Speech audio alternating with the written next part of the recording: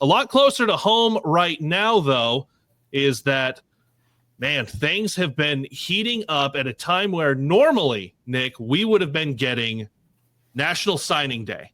We would have been all lined up for National Signing Day. And, okay, not a lot of coaching changes and transfer portal extending. Nope. As our good friend Evan Bland from the Omaha World-Herald knows, coaching changes, coaching announcements, bringing in transfers. No one really cares about National Signing Day. Evan, how are you doing? Doing well. Yeah. I mean, National Signing Day is a relic of the past at this point. I think back to my early days covering Nebraska football, and you had, 9, 10, 11 guys making signing day decisions. It was like a national holiday, and now it's tumbleweeds across the virtual landscape. So a little bit different in this modern era for sure. Oh, fax machines existed too. We always used to go next to the fax machine and say, all right, okay, do we get one last second edition? Someone go check the fax machine. That's right. Yeah. Those things would fax in at 7 a.m. Yep. And people, you'd hang out in the offices and, hey, have you gotten this guy's letter yet? And do you need to worry about that guy? And what are the chances that this guy signs? And I think even back like 7, 8, 9 years ago, like coaches probably had maybe not as good of a sense if a guy was going to sign. Now with all the handlers and everything, you have a better idea. But like those coaches were waiting with bated breath, just like fans were at that time. So it was a fun era. I think coaches would probably go back to that if they had to choose between that and what's going on now. But it's totally different, right? Like it's a day now kind of reserved for maybe smaller sports or lower levels. But I guess the excitement's spread out over the course of many weeks instead of just the one day, that first Wednesday in February. Now I feel old thinking back to the fact that I did fax my national letter of intent back in 2009. That's going to be an interesting story when my daughter gets older of, hey, here's this thing that nobody uses anymore. This is how I let the coach know, yeah, I'm in. This is how we signed it way back in the day. And now everyone just watches on in December on someone's Instagram live to see whether or not they actually sign. Yep. Yeah, absolutely. I remember starting out like in the late 2000s, and I was trying to get like high school schedules from places, and the schools were like, hey, do you want me to fax the schedule? I'm like, don't you just have them online? Like there was that gap maybe like 4 or 5 years when like the people that were in power were still using fax machines, but the technology was sort of outdated. And I think we're finally past that. That's probably a good thing. I don't miss that sound. Just like the dial-up internet sound, we've moved on past that. That's a good thing. All right, so no signings this week in the same way that would have traditionally, but we did get the Rocco Spindler news earlier in the week, and a lot more of recruiting as they're chasing 105, and we'll see how that all goes. But for this class, it's not just the signees, it's the transfer portal as well. How do you evaluate the new additions to Husker football over the last month or so? I mean, I think there are two takeaways I had. One, you can get into the positional side of it, and I think they shored up in a lot of areas. Receiver, they absolutely provided depth and were able to reset that room. You had the 2 new offensive linemen, which was a clear priority for Nebraska when you had Elijah Pritchett as well from Alabama. Desan McCullough comes in. Matt Rule says last week they see him as a pass rusher. That's interesting. Marquise Watson-Trent, veteran linebacker who's going to provide some leadership and production in the middle there. So I think, if you were to sort of have made a checklist of, hey, these are areas Nebraska needs to upgrade or improve their depth in, you give them a pretty high grade. I mean, I'd give them probably a B+, A- in that area. But to me, the more interesting thing, or at least as interesting as the individual guys they added, was the fact that they were competitive nationally with the top programs out there from an NIL revenue sharing perspective. And I think that's something that fans maybe had a sense of, and you just never really know because all this is private donations and funding. But I think it really it manifested what we have heard, which was, hey, Nebraska's in a pretty good spot in terms of donors and NIL. But this was the first cycle, in my opinion, where they went out and showed it, and they were competitive for pretty much everybody. And even the guys they didn't land, they were right there in the ballpark with. So to me, I'm going to remember this cycle just as much for sort of Nebraska's arrival, or at least obvious arrival as a national player in terms of its financial support. And we've seen this in other areas with Nebraska's, commitment to the stadium renovation, what they've done with facilities, how they're going all in on nutrition. They redid the weight room and everything. So like we've seen it in other areas, coaches' salaries and staff expansion, but we hadn't necessarily seen it obviously play out in terms of player salaries. I mean, let's be honest, that's what that is. So I think that's the other interesting part is they felt like they needed to get better. Obviously, there's an urgency to win now, and they went out and spent. And that's a departure from, I think, the Nebraska and its way of doing business in the past.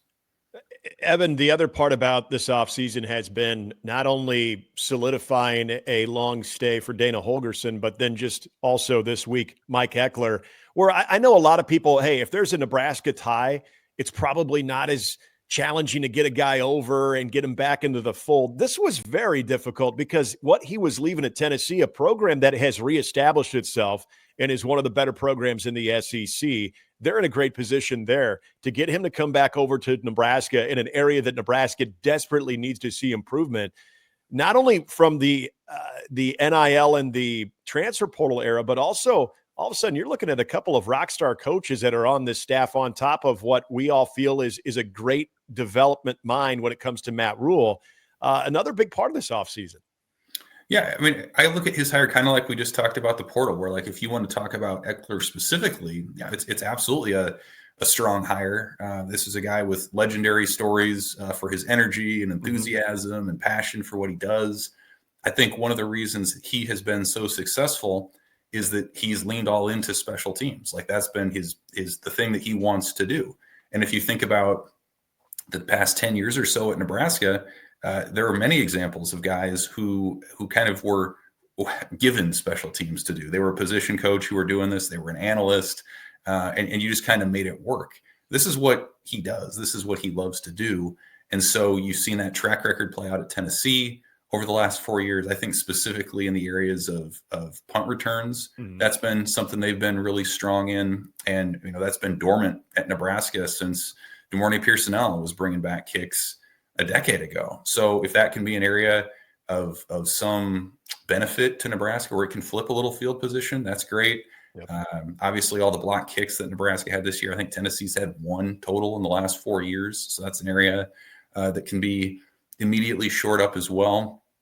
But then I would zoom out too and kind of to your point about just the staff overhaul. This staff next year is going to be very different from Rule's first staff in his first season. I mean, I think only 3 position coaches are still in the spots that they were from that first staff. And so he brings in a guy like Holgorsen, who essentially is running the offense on his own. You bring in a guy like Eckler, who you can give him special teams.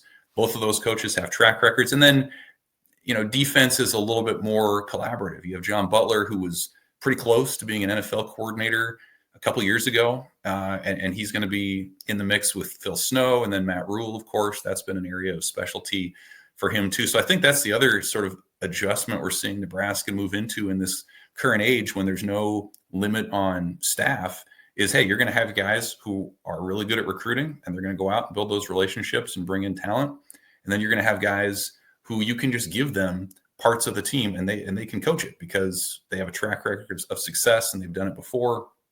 And so I think a lot of that too frees up Matt Rule to be the CEO that Nebraska needs him to be in this current climate as well. So I think the restructuring, again, on a micro level is impressive with what Eckler's done, but on a macro level signals a shift as Nebraska's adjusting to the rules and kind of the challenges of the modern college athletic landscape.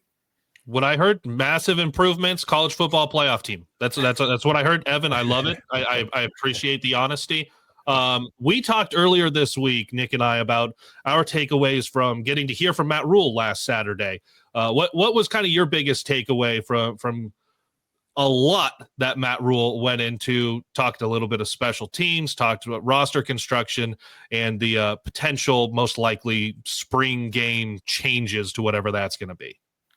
Yeah, a couple things. I think the spring game was one of the more interesting things that he said. Like there was an assumption that maybe the event would change because it's a smaller roster and because you're investing so much money now into these players that you want to avoid injuries. And I think those are certainly valid points. And he, surprised, I think, me and a lot of people when he went down the other road and said, a year ago, they were victimized by tampering and other schools coming after their guys because of the way they were showcased on Big Ten Network and all that. And so, it's an interesting situation because you get where he's coming from. You want to protect your roster and the work that you've put in.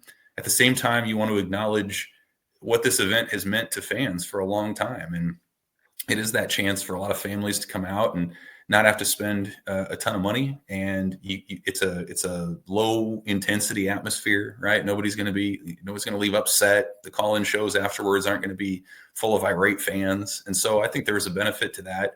I'll be curious to see what Nebraska pivots to. I mean, they've shown an ability to be pretty creative in how it engages fans. And so does this become a regular practice? Does this become like a skills competition? Is this just sort of a celebrity softball game with the volleyball team? Like, what do you do to get fans out there to engage? I'll be fascinated to see where that goes. I think the other thing Matt Rule said that was interesting to me was the roster construction and how he kind of broke it down into maybe that first 53 or 57, as he said, is going to mirror an NFL roster makeup.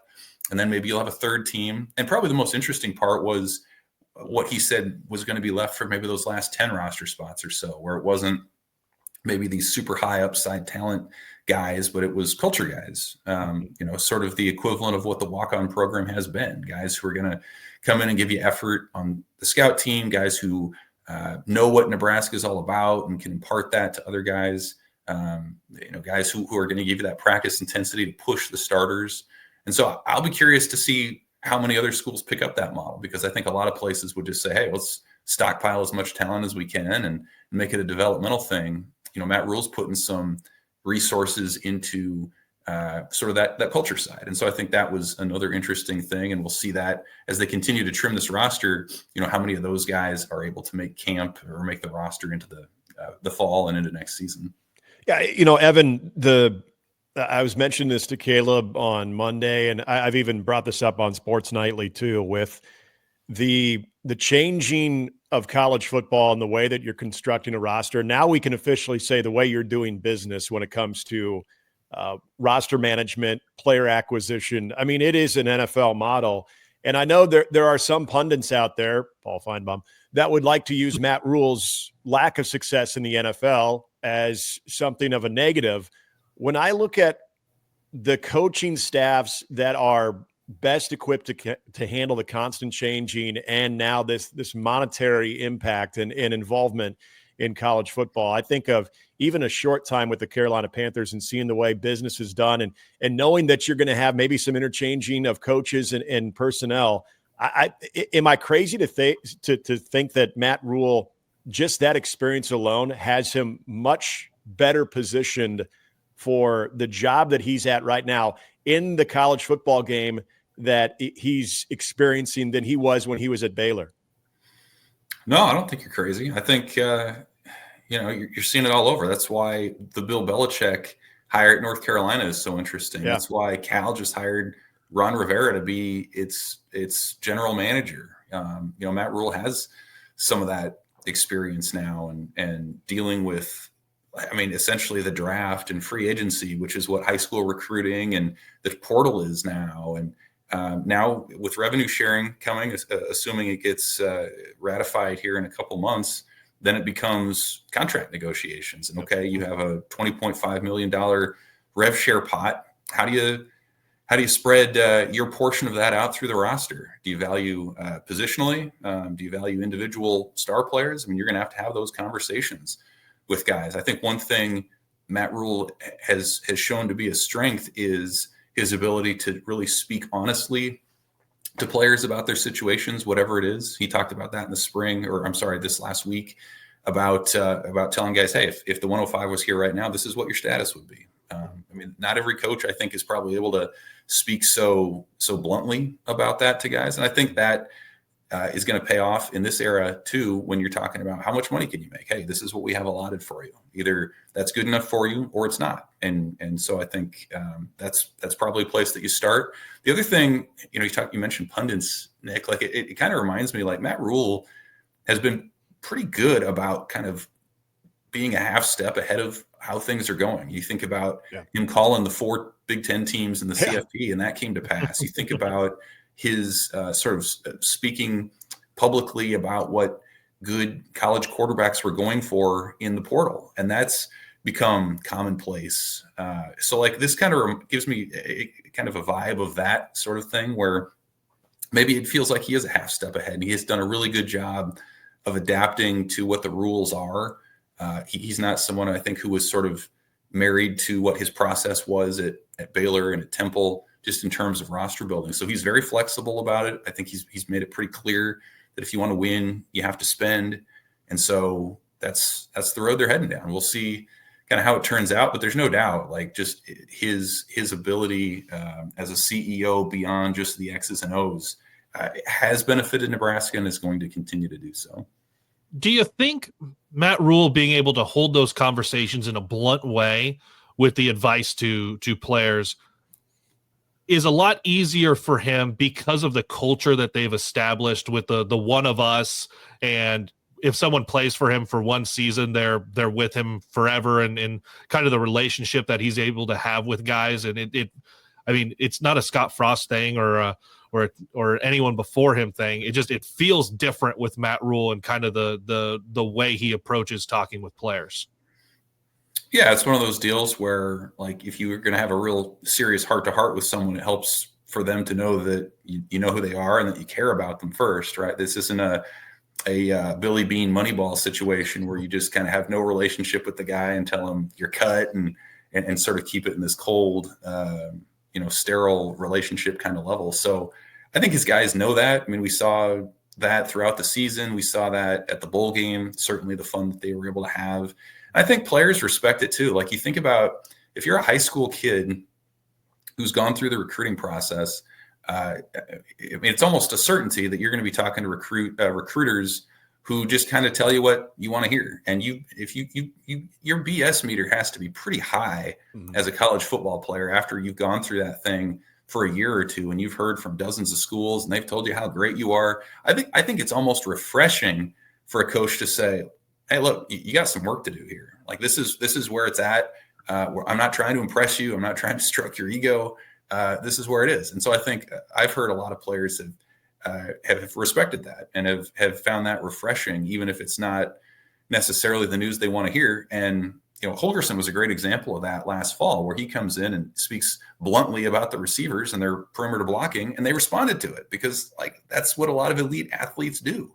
So, yeah, I think that honesty comes through. I think Matt Rule's relatability to his players pays off in those moments. And it doesn't mean that some of these conversations aren't going to be tough, but it does mean, I think, that you can be a little bit more efficient in how you narrow things down, and you don't have to get some of the hurt feelings and emotions as involved as maybe some other programs would have.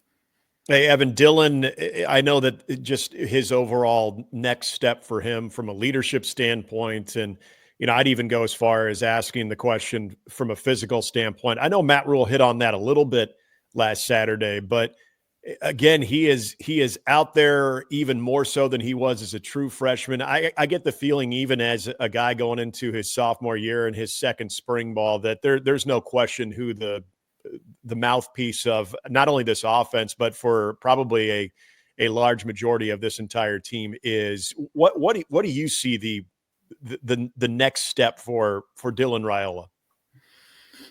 I mean, I thought Matt Rule laid it out pretty well. Like, before the team is his, the receiver group needs to be his, and the offense needs to be his. And, I think one thing you can say for him this offseason and really throughout his career is he's been comfortable in his own skin. He's been comfortable going out to a high school game and taking selfies with a student section at a basketball game, or going to a pro volleyball match, or being in the community and, signing autographs or taking photos. Like, it seems like that's a given, but you think back to past Nebraska quarterbacks, a lot of them were uncomfortable in that sort of fishbowl with that sort of attention. And he kind of carries himself a little bit differently in that way. I think, it's almost hard to remember that he was a true freshman last year. Like, he was 19 years old. He was an extreme outlier in his class as a quarterback who was able to play in every game.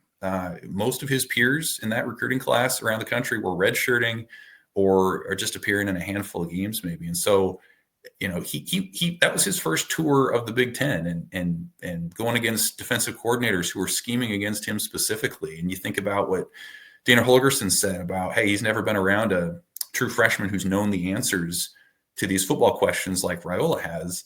And I think one thing we know about Holgorsen is he's not going to just say something to say it. Like he believes that that's true. And so, I thought Rule's example about Raiola talking to the receivers was interesting, where he said last year it was, hey, I know I called these guys and some of them showed up, but not everybody. So, we did what we could. And that's going to sort of transition now into, hey guys, this is my team. Show up. We're going to do these workouts. Mm-hmm. If you're not there, you're going to hear about it from me. Like, I think that's sort of the transition that they're making where, Raiola was a true freshman on a team with a bunch of 5th and 6th year guys who were trying to get over the hump. That was their team last year. This feels like it's a transition now to where it is Dylan's team and he can take ownership. He's the guy who's in the Kansas City Chiefs locker room. He's the guy who's really the reason why Nebraska is showing up in some of these way too early top 25s. It's hard to peg a team in the portal era, but if you have a quarterback with that talent level who's back and now has some experience, like that's where you start. And that's where that optimism begins, I think, for Nebraska from a national perspective. So his ability as a leader, I think, is growing. A lot of the physical stuff is just as good as it's been. I think his arm's probably going to be just as good. He'll probably be a little bit better of a runner, knowing when to slide and what to keep his body weight at. But to me, it's that intangible piece as he really makes this team his. That's an area that I think he can grow in. He is growing in, and where Nebraska can benefit next year. That's Evan Bland of the Omaha World-Herald. Evan, appreciate you jumping on with us. I know we're a week away 8 days away from baseball getting going, so sure we'll talk again a couple of times over the next couple months. Sounds great. Thanks for having me, guys.